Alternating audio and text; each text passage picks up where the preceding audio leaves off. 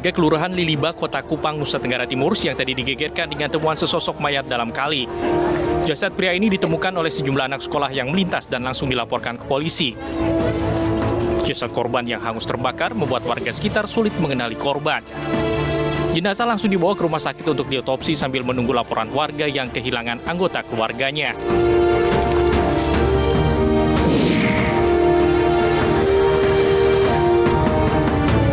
Truk kontainer bermuatan besi tua terbalik di Jalan Poros Maros Bone, Kecamatan Cenrana, Kabupaten Maros, Sulawesi Selatan.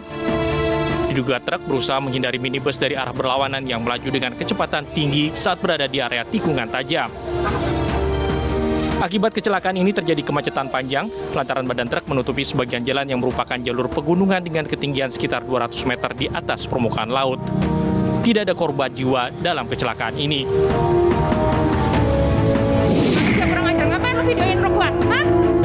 Aksi pelecehan seksual yang dilakukan seorang pria di sebuah pusat perbelanjaan kawasan Tanjung Duren, Jakarta Barat viral di media sosial. Pelaku tertangkap tangan oleh korbannya saat sedang merekam bagian tubuh korban di sebuah eskalator. Pelaku berinisial OK, 29 tahun, sempat ditangkap pihak keamanan pusat perbelanjaan setelah korban berteriak saat mengetahui dilecehkan. Penyelidikan dalam kasus pelecehan seksual ini dihentikan sementara hingga menunggu korban membuat laporan ke polisi.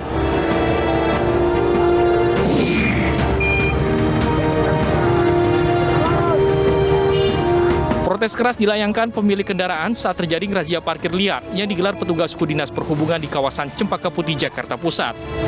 Sang pengemudi berdalih hanya parkir sebentar membeli gado-gado yang akan dibawa pulang untuk orang tuanya yang telah renta. Tak pasrah begitu saja, pria ini mencoba mempertahankan kendaraannya dengan melontarkan sejumlah alasan. Namun petugas tetap menderek paksa kendaraannya dan langsung dibawa ke kantor Sudin Perhubungan Jakarta Pusat.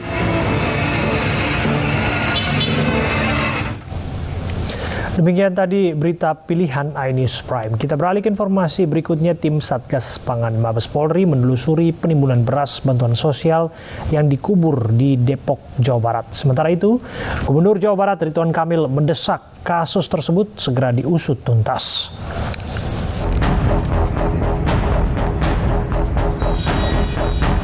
Tim Satuan Tugas Pangan Mabes Polri mendatangi lokasi penimbunan beras untuk bantuan sosial di Kelurahan Tirtajaya, Depok, Jawa Barat, Selasa siang.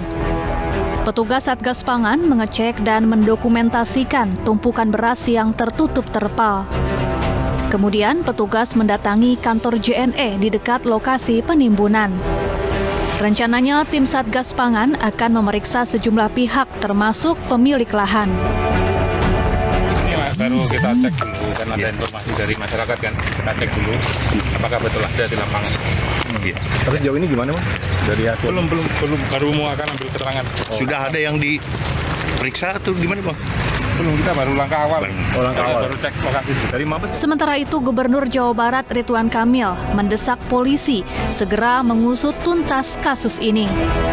Jika itu terbukti sesuai prosedur. Kalau ternyata tidak sesuai prosedur, tentu saya rekomen aturan hukum. Karena kan itu anggaran negara ya, sudah dianggarkan, sudah dibelanjakan, tidak disalurkan. Nah itu saya minta diteliti, apakah barangnya rusak dari awal, atau rusak di perjalanan, atau dirusakkan, kita tidak tahu. Bahwa kalau sudah rusak harus dimusnahkan, saya kira ya masa dikonsumsikan. Tapi pertanyaan saya kan tadi, rusaknya di mana? Di awal, di tengah, apa di akhir? Nah itu kalau bisa tetap prosedur hukum menyelidiki. Sebelumnya, geger penemuan puluhan karung beras bansos yang dikubur di sebuah lahan di Depok, Jawa Barat. Perusahaan ekspedisi JNE menguburkan beras bansos ini karena telah rusak. JNE mengaku bekerja sama dengan PT DNR untuk mendistribusikan ribuan paket bansos dari Presiden ke masyarakat terdampak COVID-19. Kementerian Sosial terus menyelidiki keterlibatan perusahaan ekspedisi JNE dalam penyaluran bansos COVID-19. Pak Menko menyampaikan saat itu bahwa karena saat itu pengiriman bantuan beras itu dilakukan oleh Bulog ya Pak? Dilakukan oleh Bulog. Nah kemudian di perjalanan itu pengirim bantuan itu barangnya itu kehujanan. barangnya kehujanan, sehingga saat itu diputuskan, menurut Pak Menko, diputuskan untuk diganti beras itu. Mereka harus mengganti karena meskipun kita tidak tahu kualitas beras itu seperti apa, tapi dia sudah kehujanan. Gitu perjanjiannya katanya, kata beliaunya. Nah, sehingga kemudian digantilah beras itu. Beras itu diganti. Memang saya ingin menyampaikan kepada teman-teman, jangankan sebanyak itu, di kami yang selama saya jadi menteri, satu orang aja tidak nerima, dia komplain. Apalagi sebanyak itu, pasti banyak yang komplain saat itu kalau tidak terima. Gitu. Memang untuk bantuan beras ini, pihak Bulog melakukan kerjasama untuk pengiriman dengan SSI, Store Saing Indonesia. Dan ternyata SSI itu sendiri melakukan kerjasama dengan pihak JNE. Nah, ini yang sudah kami melakukan penelusuran kembali.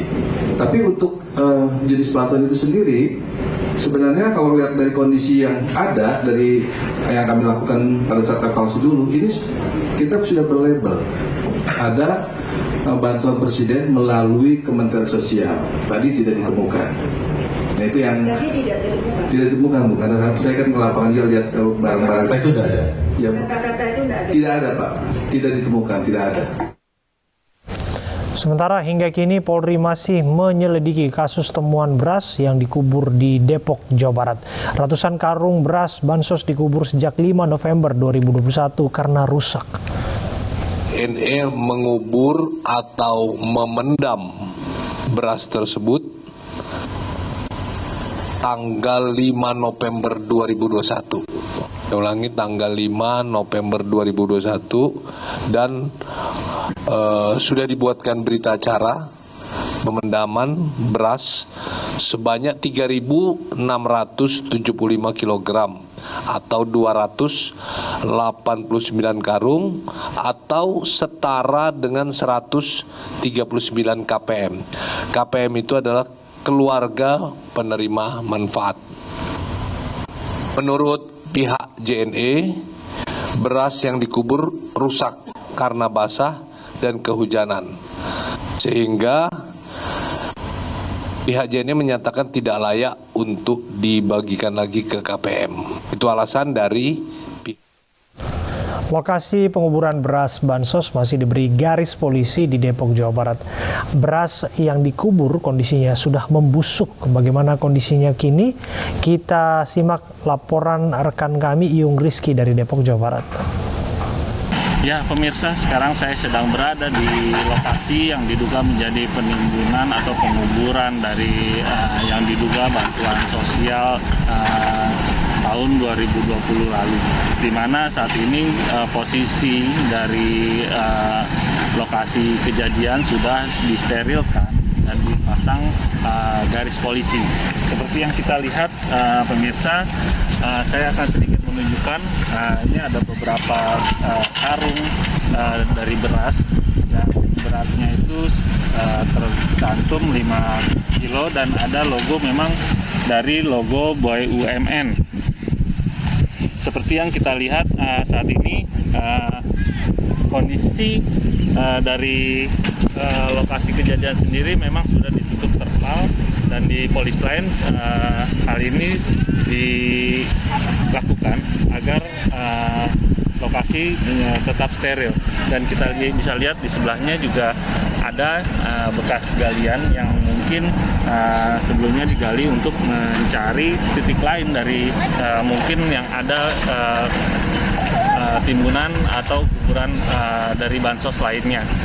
Ya pemirsa, saat ini memang sejak tadi pagi sudah ada dari pihak Kemensos,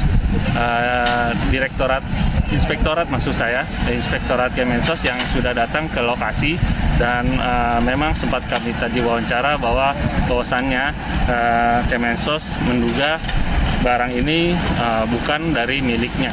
Namun pihak kepolisian juga dari Satgas Pangan sudah mendatangi lokasi ini, dan sekarang posisinya sedang masih melakukan penyelidikan. Dari Depok, Jawa Barat, Iyung Rizky melaporkan. Gejolak kenaikan tiket Pulau Komodo yang diberlakukan oleh Pemprov Nusa Tenggara Timur menimbulkan polemik di masyarakat Labuan Bajo, Kabupaten Manggarai Barat. Protes berdatangan lantaran harga tiket masuk Pulau Komodo menjadi terlalu mahal.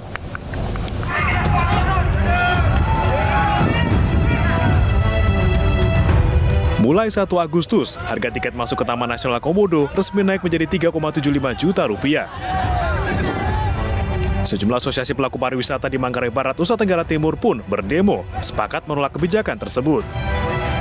Aksi yang semula berjalan damai tiba-tiba ricuh saat massa berusaha masuk ke bandara. Puluhan orang diamankan untuk diperiksa. Massa bahkan mengancam memboikot pelayanan aktivitas pariwisata di Labuan Bajo lantaran menilai harga tiket masuk terlampau mahal.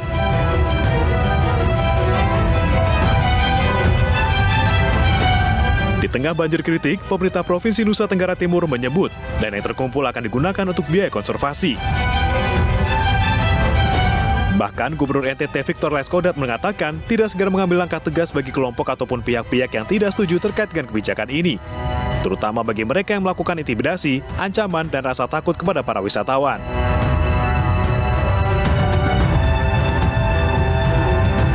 Di sisi lain, pemerintah pusat melalui Kemenparekraf terus menerima masukan dan aspirasi dari seluruh pemangku kepentingan. Hal ini untuk mewujudkan keseimbangan antara fungsi konservasi dan ekonomi kepariwisataan. Ya tentunya masukan, aspirasi, pendapat, pandangan dari pemangku kepentingan akan terus kami tampung dan tim yang dibentuk di bawah koordinasi Kemenparekraf dengan semua pemangku kepentingan masuk Badan Otorita Labuan Bajo Flores agar kebijakan ke depan selalu beriringan antara fungsi konservasi dan peningkatan ekonomi dan kesejahteraan masyarakat tentunya kami akan optimalkan. Kenaikan tiket masuk Taman Nasional Komodo menuai pro dan kontra sejak awal diwacanakan. Pasalnya, sebelum naik menjadi Rp3,75 juta, tarif masuk Pulau Komodo dan Pulau Padar hanya berkisar Rp5.000 hingga Rp200.000. Sementara itu, Presiden Joko Widodo menyebutkan harus ada keseimbangan dalam upaya konservasi maupun pengembangan ekonomi kepariwisataan di Taman Nasional Komodo. Jokowi pun memberikan alternatif bagi masyarakat yang ingin melihat Komodo, yaitu dengan mengunjungi Pulau Rinca dengan harga tiket yang tetap sama. Jadi kita ingin konservasi, tapi kita juga ingin